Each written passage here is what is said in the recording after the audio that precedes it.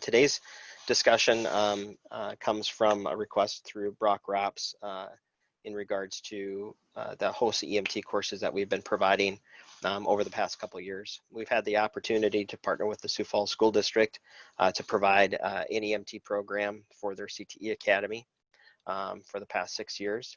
We host the classroom on campus for them. Every January, we have the ability to run about 20 to 25 students through that particular program with the assistance of course faculty at the CTE Academy. And then the last 2 years, we've had the opportunity to bring the EMT program to the high school students through a HOSA program and have them participate both in the fall and spring courses that we've been able to offer. The EMT course in itself is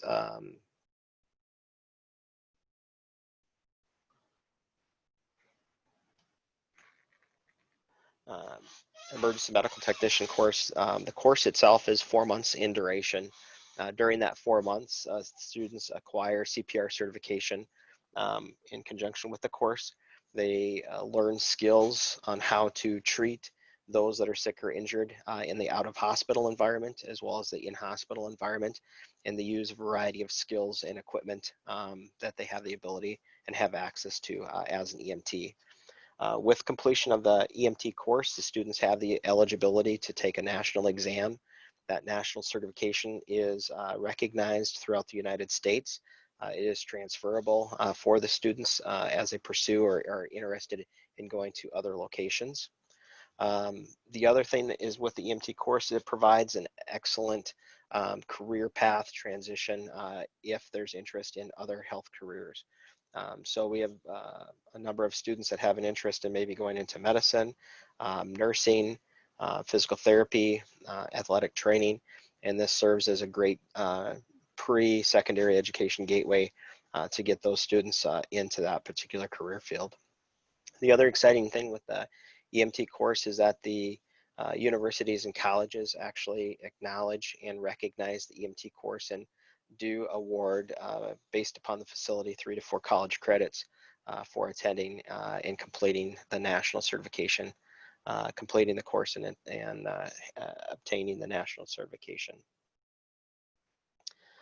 So the career field itself as an EMS provider, a lot of times people think of EMS providers being pre-hospital, working in an ambulance.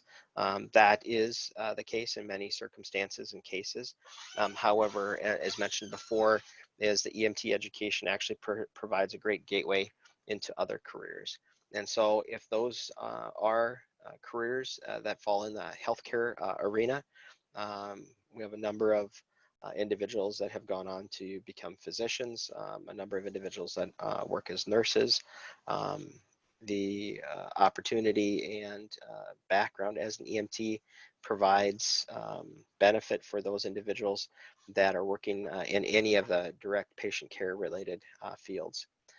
EMT certification, EMT training is also beneficial to other skills and trades, and law enforcement and military utilize EMT training extensively.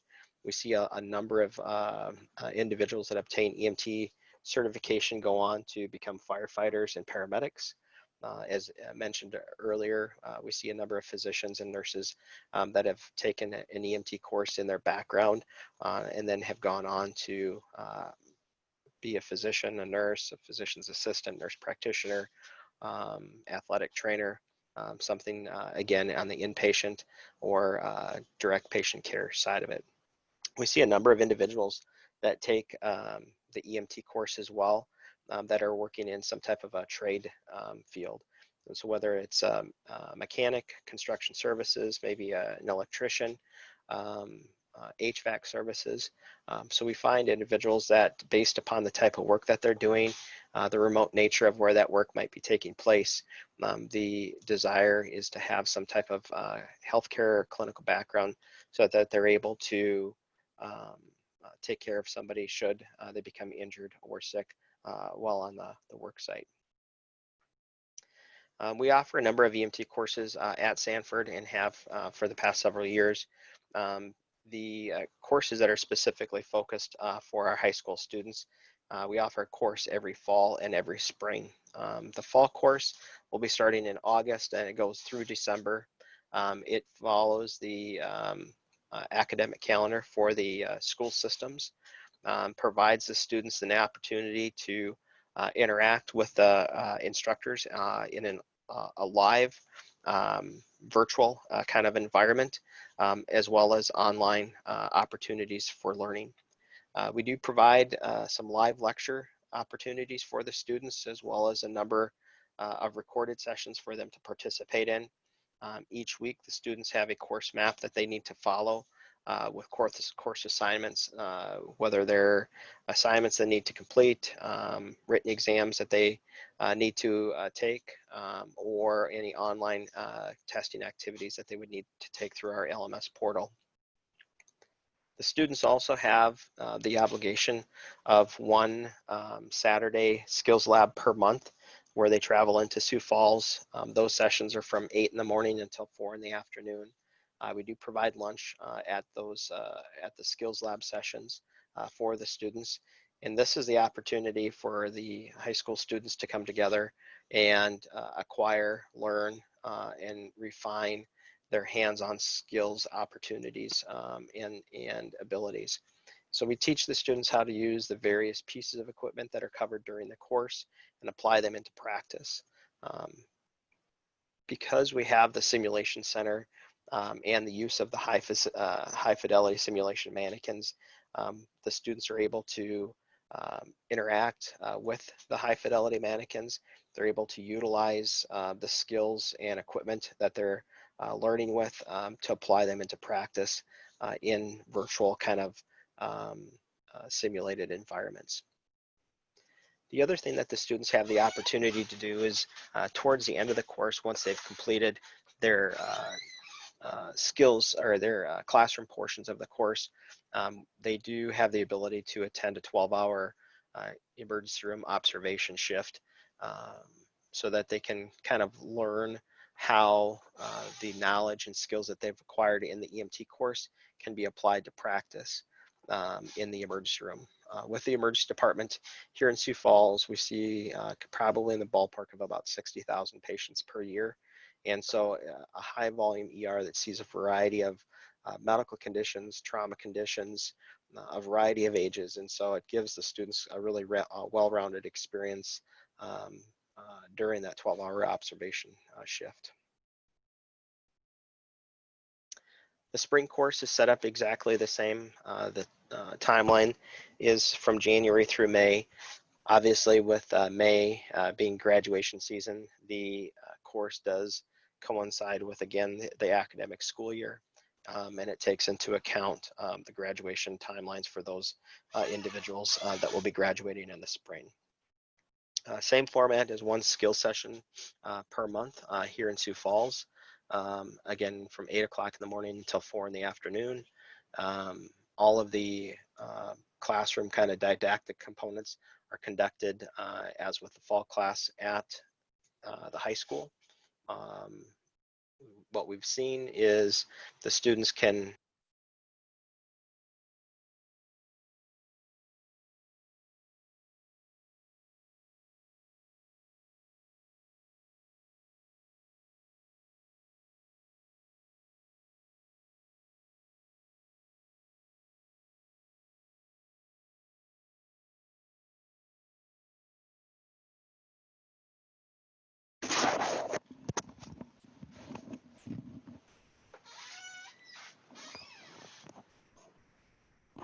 Can you hear me?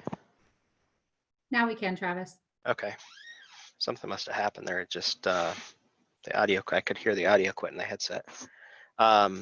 The courses are actually conducted at the high school for the students to be able to complete activities. What we've seen in the past, the students have either used a open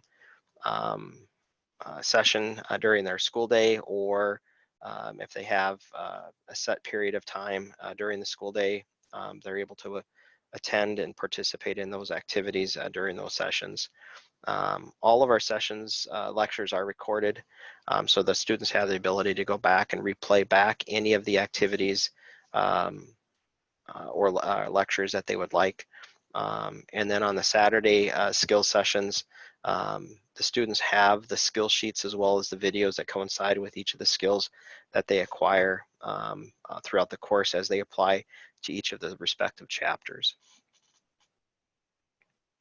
Some of the other EMT courses that we've had high school students participate is our kind of traditional online course. This is offered Tuesday and Thursday evenings from 6 to 10 p.m. This is a live lecture series that the students are participating in and watching during those hours. Usually the sessions are done by about 9:30 at night. Again, this course schedule coincides with the high school courses of August through December and January through May. They too have one Saturday skills lab session per month that they come into Sioux Falls, and then the ED emergency department observation shift is a requirement of course completion as well. Some of the students, we've kind of had a mix. Some of them prefer to participate in the EMT course during the school day, while others, based upon extracurricular activities, have opted to utilize the evening course for their activities. Course format. There's about 42 chapters in the textbook that we cover over the 4-month period of time. All of those chapters have course activities that go with it. Some of them are live lectures or recorded lectures that the students are able to participate in. Interactive components and the ability to interact with the instructor to ask questions is one of the key strategies for learning for the students. And so with this being a healthcare or health related course, their personal background or interests coming into this will also drive their particular success in it. And so we want to set the students up for optimal success so that they have access to the instructors that are teaching the course and facilitating the course, so that if they do have questions throughout the duration of the session, that they have those abilities to ask those particular questions, and so that everything is addressed in a timely fashion. The textbook that we utilize provides a variety of online resources, ebook, videos, and activities that we encourage the students to participate in. The online LMS system through the publisher provides a platform that we can assign activities out to the students, have the ability to have the students send those activities in, and then they also have access to, like I mentioned before, is the recorded sessions of the lectures and all of the instructor notes that coincide with each of the respective PowerPoint presentations. Online activities, whether they're exams or tests, modular tests or chapter tests are provided through the LMS system online. Those are timed sessions for the students. They can be a proctored exam at the school, providing those resources are available. What we've seen is that the students have taken the exams or tests again during an open study period where there's some type of adult supervision or faculty supervision at the site. The other thing, we have some quizzes that we provide or online assignments that the students have the ability to utilize their textbook in some of these cases. And so in those particular cases, a non-proctored exam or non-proctored work assignment is permissible. Skill development comes when they participate in the skills exam or the skills lab days on those Saturday sessions. And the students have the ability to, again, apply knowledge to practice. Prior to that, we encourage them to study and memorize their practical skills worksheets that coincide with each of those respective skills. We ask that the students review the skills videos that demonstrate the equipment expectations and the learner expectations and how to utilize that equipment. And then once they come to the lab, we have multiple sessions, multiple rooms set up for each piece of equipment that the students have the opportunity to participate in.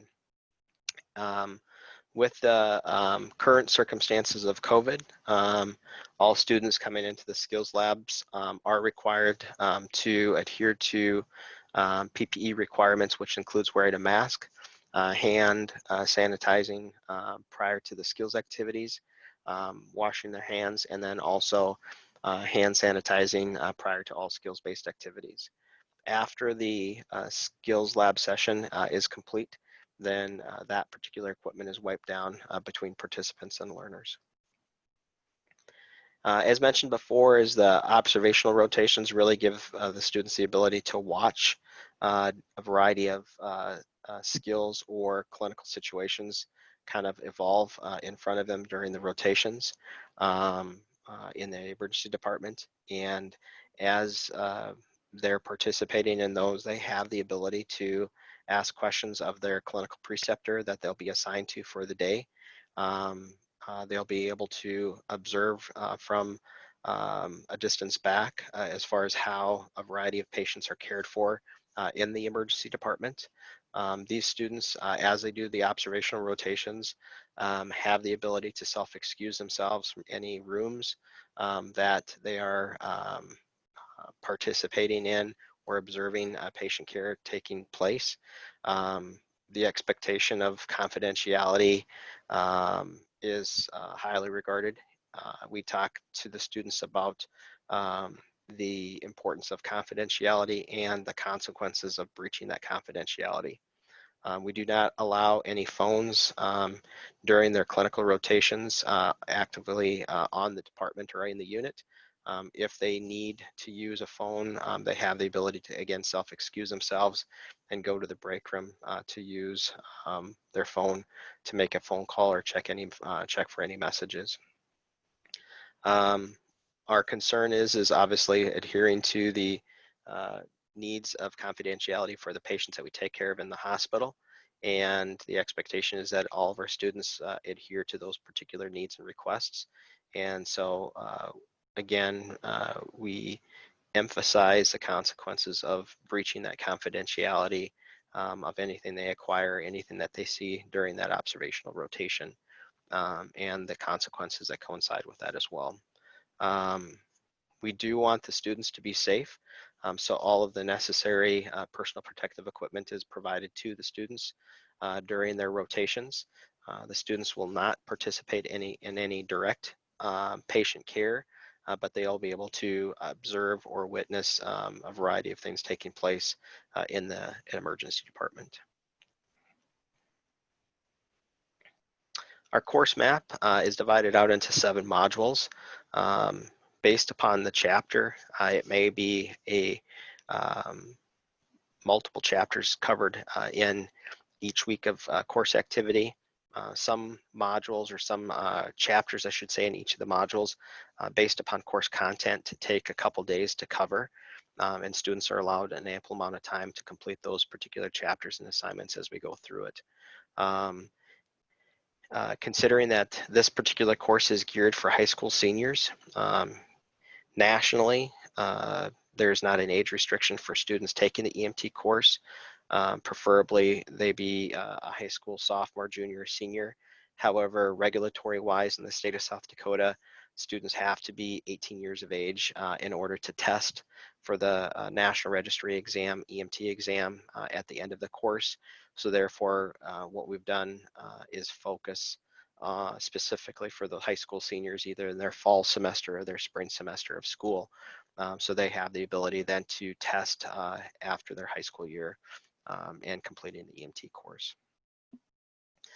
As they're going through the modules, like I said, each module has a variety of topics that coincide with the course setup. This particular module is focusing on the basics of an EMS system, basics and foundational mechanisms of functioning as an EMT, taking into account medical terminology, legal and ethical issues, basic introduction into anatomy and physiology, and then we also talk about self-maintenance as far as self-care, as far as lifting and moving and lifting techniques.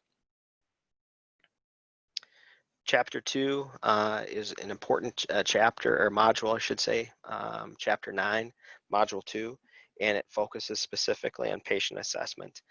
We have two types of assessments that we focus on, as both the medical assessment of the ill patient and the trauma assessment of the injured patient.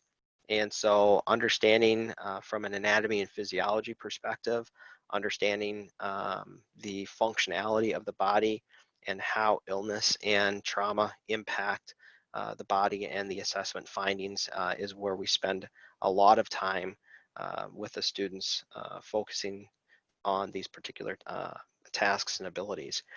Being able to do a comprehensive assessment of the patient and determine what the underlying injury or illness is going to be important because that will then drive or determine the type of treatment that the patient receives. Module 3 gets into basic management of the patient from a resuscitative standpoint.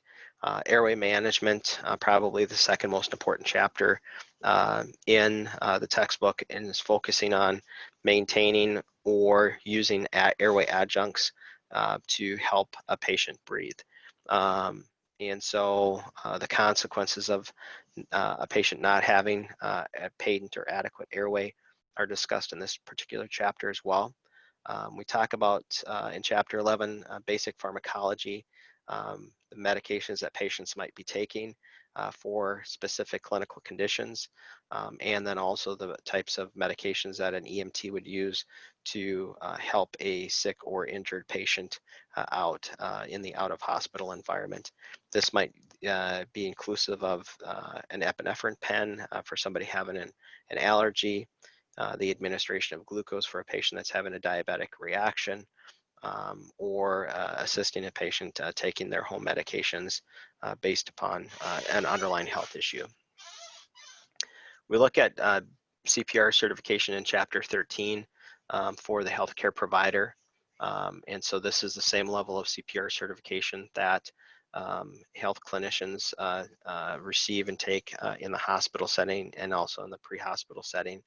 And so this is from a skills perspective, this is covered the first week or the first Saturday skills lab day that we have with the students, is they obtain their CPR certification right away at the beginning of the course.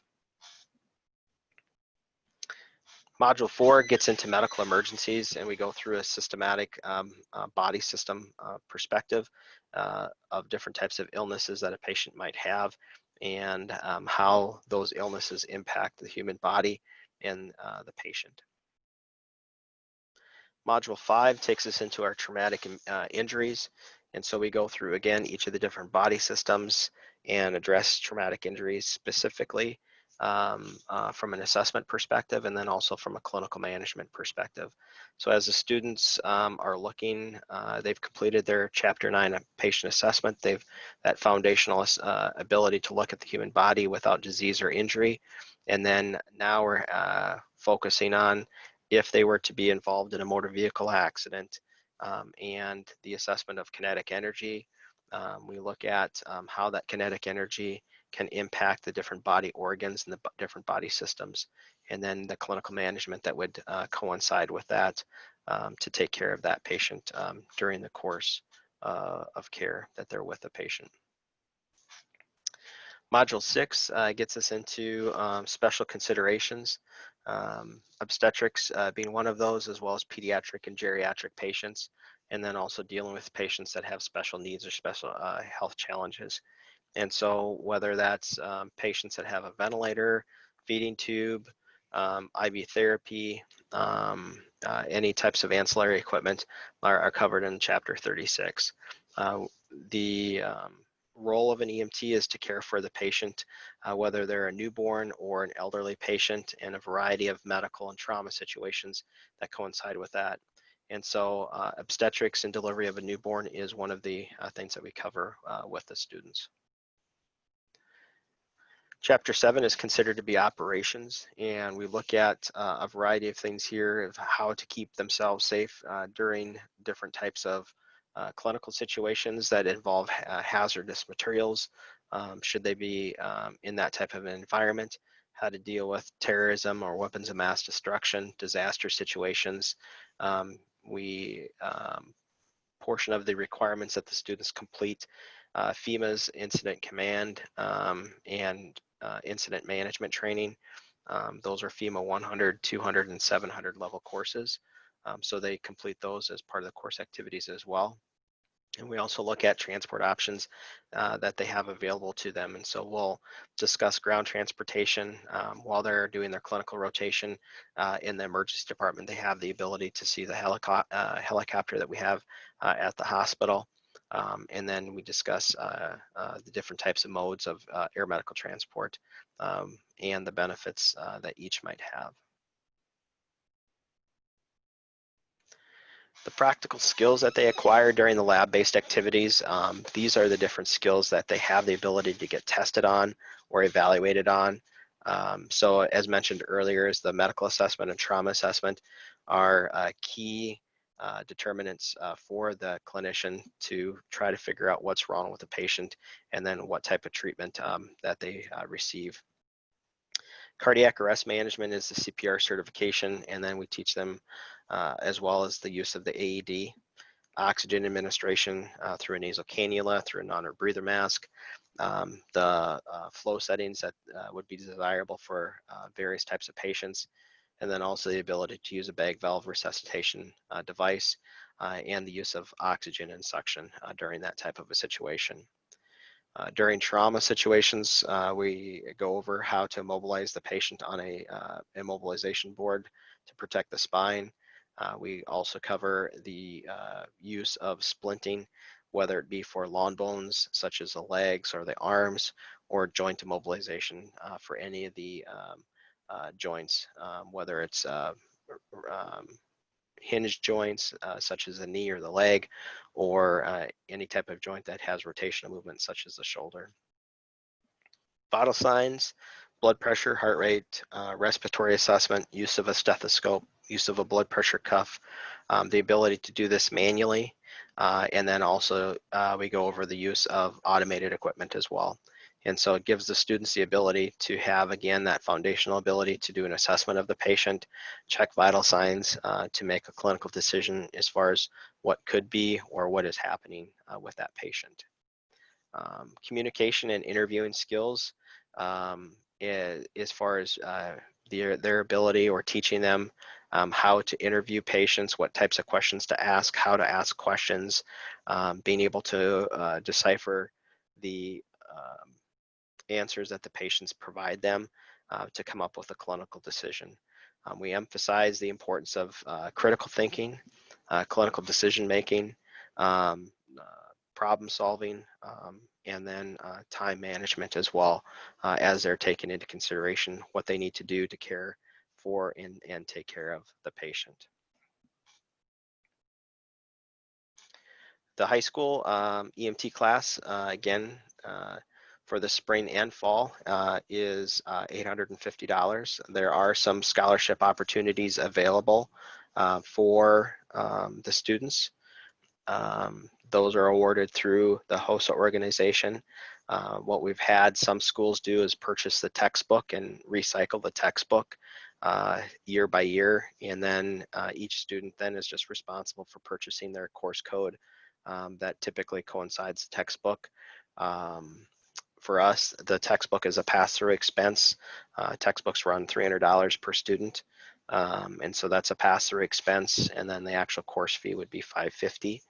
That $550 includes the $150 for the National Registry Practical Skills Exam. It includes the $75 for the CPR certification and CPR certification card. It covers the Saturday Skills Lab meals for all of the Saturday Skills Labs, and then the remaining course fee covers the didactic technology piece of it. So is there any questions?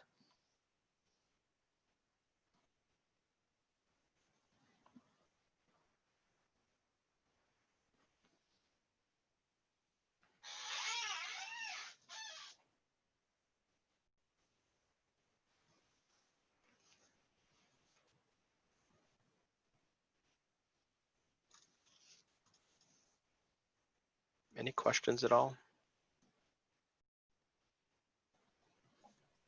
I actually have a question, Travis. The scholarships, do those come specifically from HOSA? They do. So they actually, um, they HOSA provides and has provided 5 $250 scholarships in the past per fall semester and per spring semester.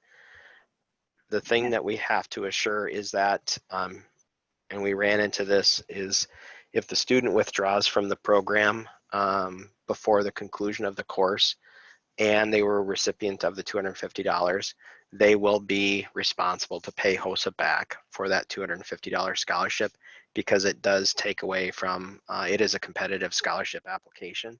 So it does take away from the individuals that would have applied or been eligible for it as well. Have you heard any feedback from schools on how they're managing the cost on their ends? Some of the schools have paid for the textbook and then libraried the textbook, and then the students are then responsible for the course fee. And so, for example, if the school picked up the cost of the $300 for the textbook, and they're librarying that book for use for future courses, then the student's fee would be $550. And then if they would be a recipient of a HOSA scholarship, then their course fee would be $300. And so for the students, in some cases, the students have just paid for the course fee. And we also make a payment plan available to them. So if they want to split, if they're not a recipient of a scholarship and they have the full $850 that they have to cover, we will divide that into payments for them so they can make that throughout the course. And so if somebody has an interest, we really try to work with them to get them to the finish line and not prevent them from a financial perspective. Right. Okay. If anybody else has any questions, if you want to just mention that in the chat, I will unmute you so you can ask a question. If any of you have tried and can't get your mute button to work, I'll have to do that for you. Just let me know. I have my chat window open, so feel free to do so. And I think to your earlier question, if the school purchases the textbook and they choose to library them, because we use the online LMS system and online grading system, the students have to have access to that. And so then the student's cost for that would be, I think, $150 just to buy the code, and then they would be using the school's textbook.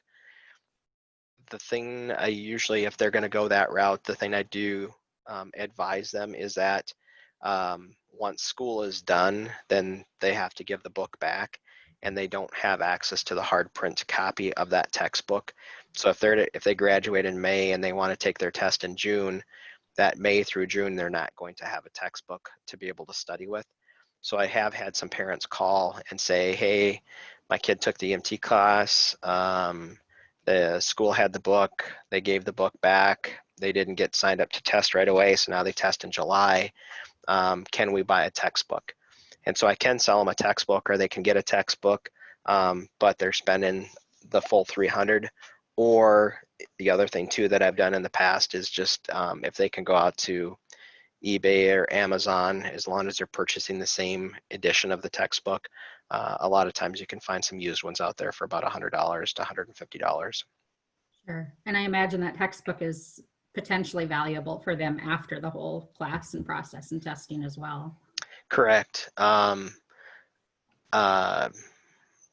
For individuals that take the EMT class that are committed to maintaining their EMT certification, I've seen students bring their books in, when they take a refresher course or they come in to take a continuing education course, they'll bring their EMT textbook in to take notes in or reference stuff. And those books have seen their better days just because they are, I think, referenced and utilized quite a bit.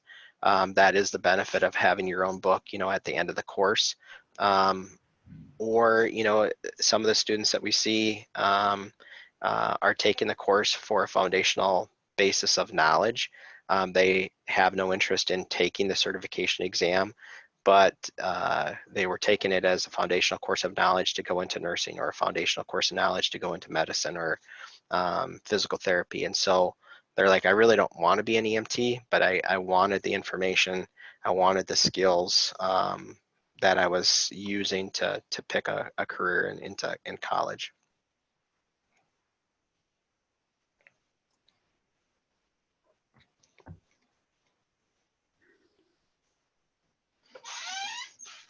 Anybody else have any other questions for Travis? Let me know if you can't see my comments in the chat box. I just mentioned if you had a question you wanted to leave there, he could see it, or I could see it, or I can answer it or ask it for you.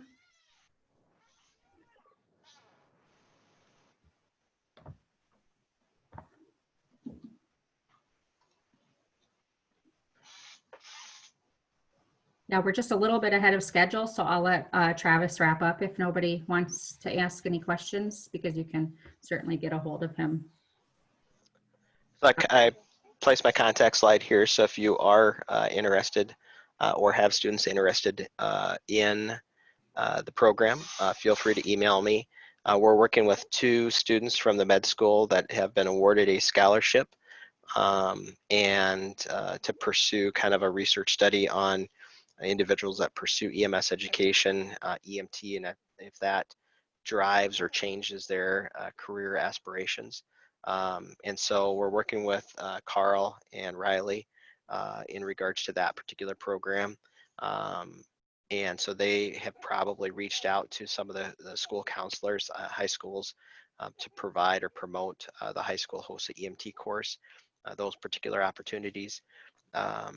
And so I think Riley will be sending out flyers again this week to the schools to share with students if there is an online format that the students are interested in participating in, that gives them that opportunity.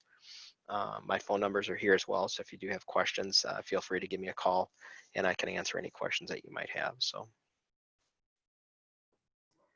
Excellent. And Travis's presentation and his contact information will be available under the resources tab on our conference website as well. So if you need to go back and look at something, or you didn't get a chance to jot down his contact information, you'll be able to find it there as well. So thank you, Travis, for your time. I just had a comment here, no questions at this time, but thank you for your presentation. If anybody can think of a question later that they have for him, please feel free to contact Travis or me, and I can connect you with him as well. No problem. A little bit about myself, just kind of as a closure, but I took my initial EMT course as a high school sophomore. And so I've been in EMS for 35 years. And it was a catalyst for getting into nursing school.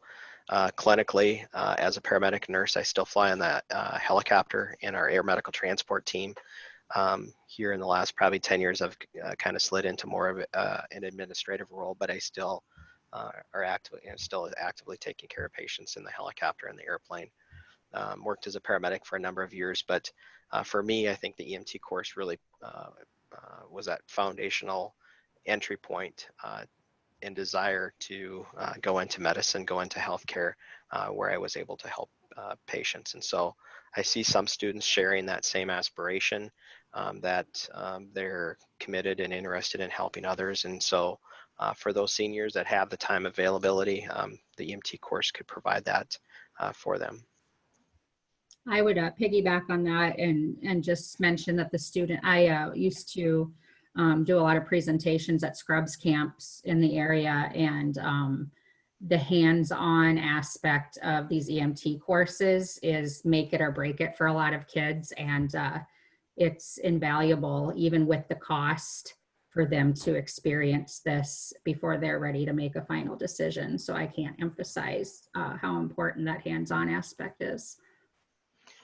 One thing that we talked with the schools in the past is if you have students, probably more specifically if they've attended the EMT course in the fall session, if during the fall sports or spring sports activities, if they need, first aid coverage for a school event, some of the schools have utilized the students kind of as a internship program where they've been able to provide some basic first aid skills during the basketball game or during the football game, or in kind of in conjunction with the local ambulance service as well. So the other thing that in regards to the tuition of the course, some of the community ambulance services have also sponsored students to take the EMT course. If the students have that particular interest, some of the ambulance services have cadet programs coinciding with their ambulance service. And so there are those opportunities as well.